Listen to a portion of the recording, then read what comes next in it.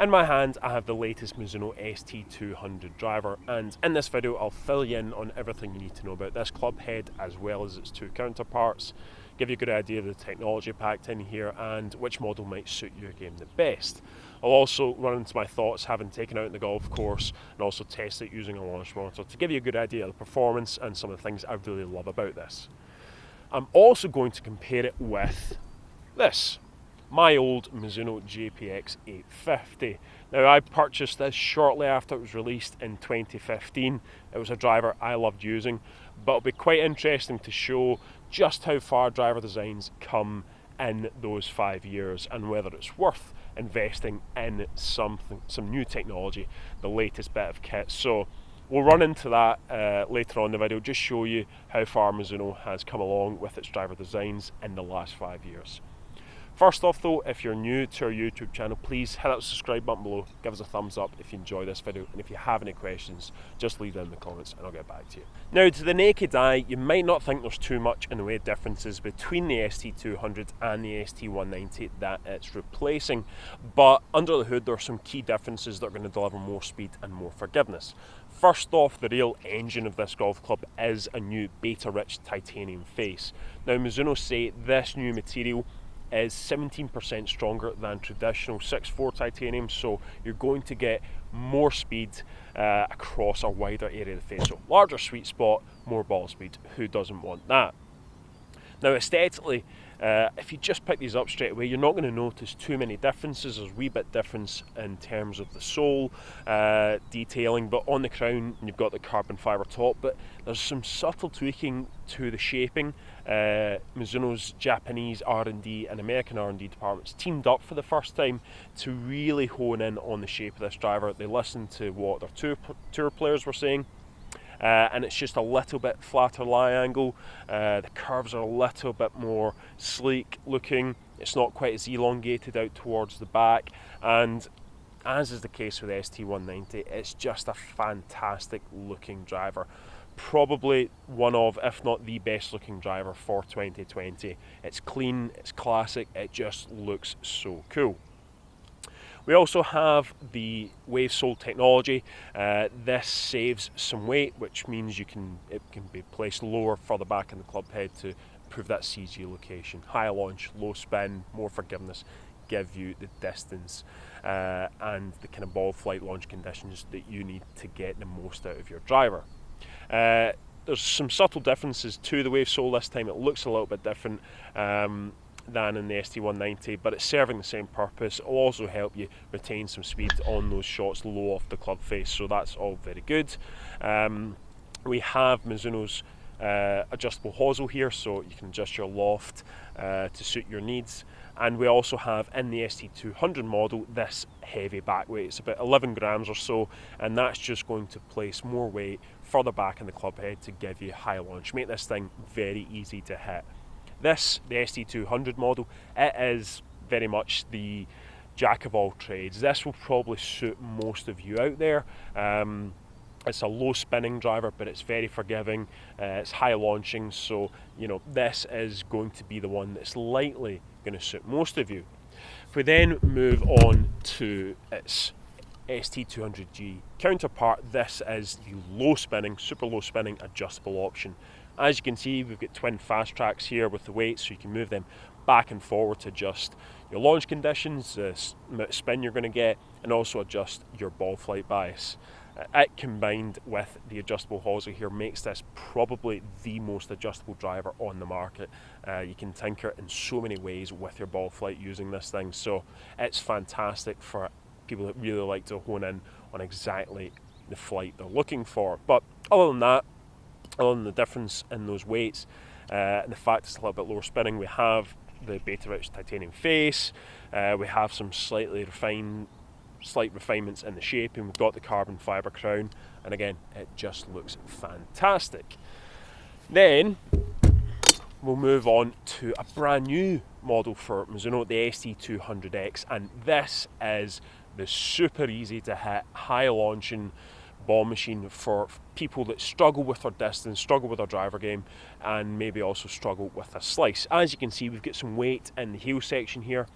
and it's also a lighter construction. It comes with this very lightweight shaft, which is a bit whippy for me, but for those of you who struggle with club head speed, struggle getting the ball up in the air, this lightweight construction with this very far back CG is going to be ideal for giving you a higher ball flight, boosting your carry distances, giving you more distance off the tee, but it's also mega forgiving and pretty helpful if you're struggling with a slice. So across the three models, Mizuno have every base covered. I'm torn between the ST200G and the ST200. Both are fantastic for me.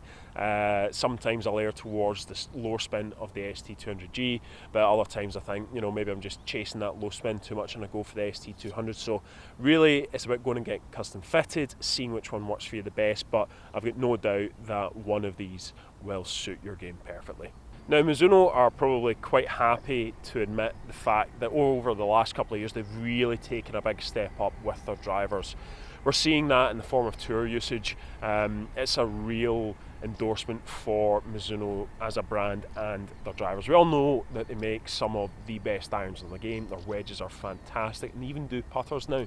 But there's no doubt that their woods have kind of fallen by the wayside in previous years. But certainly the last 2-3 years with the ST line, the ST180, 190 and now the 200, we're seeing tour usage and some tour wins as well. So that's a big endorsement for what's on offer with these drivers, and it's good to see quite a few Mizuno pros sticking the ST200 or the ST200G, and even some of them with the ST200X in their bag. So certainly that's a big endorsement and a good sign of how far they've come over the last few years.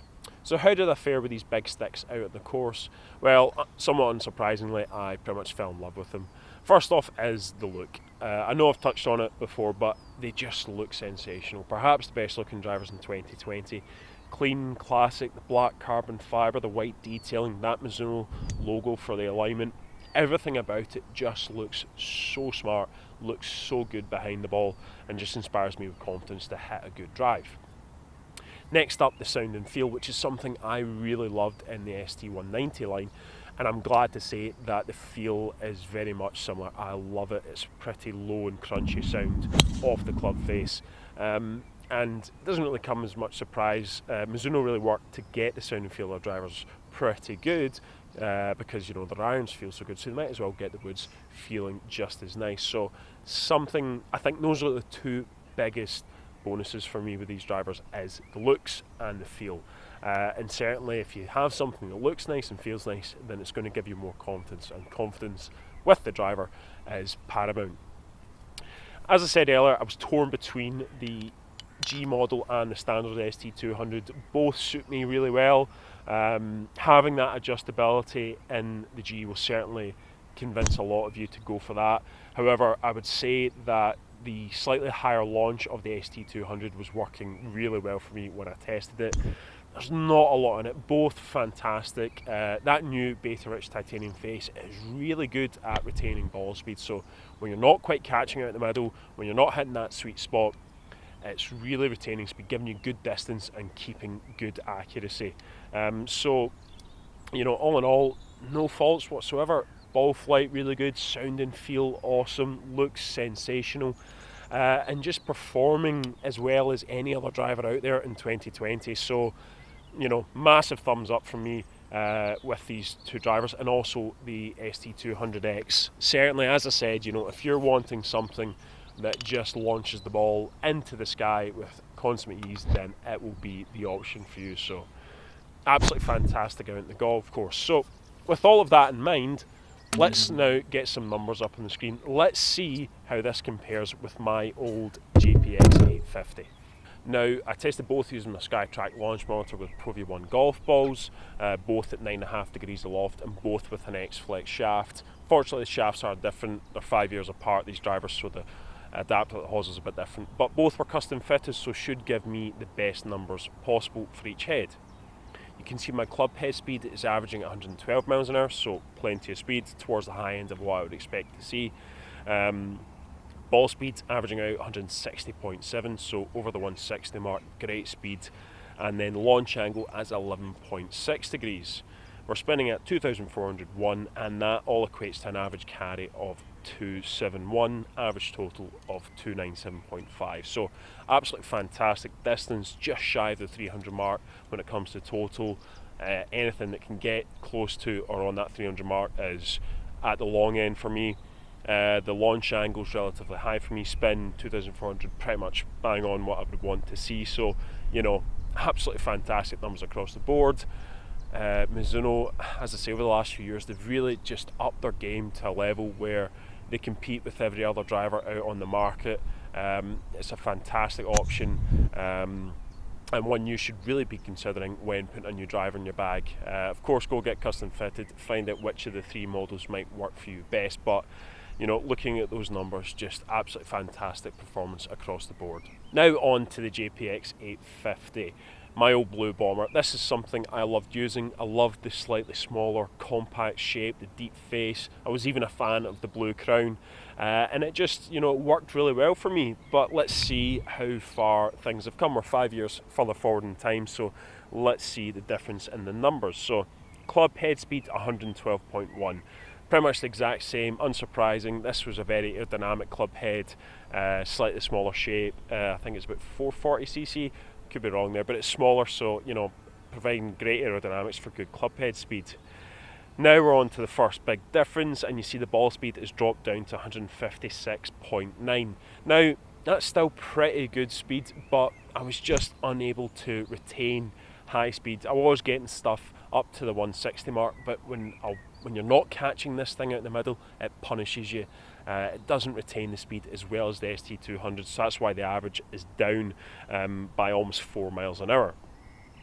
We then go to the launch angle, 11.2 degrees, so you know, launching a little bit lower, and then the spin rate, it climbs up to 2544. Now, that's definitely above where I'd want to see it.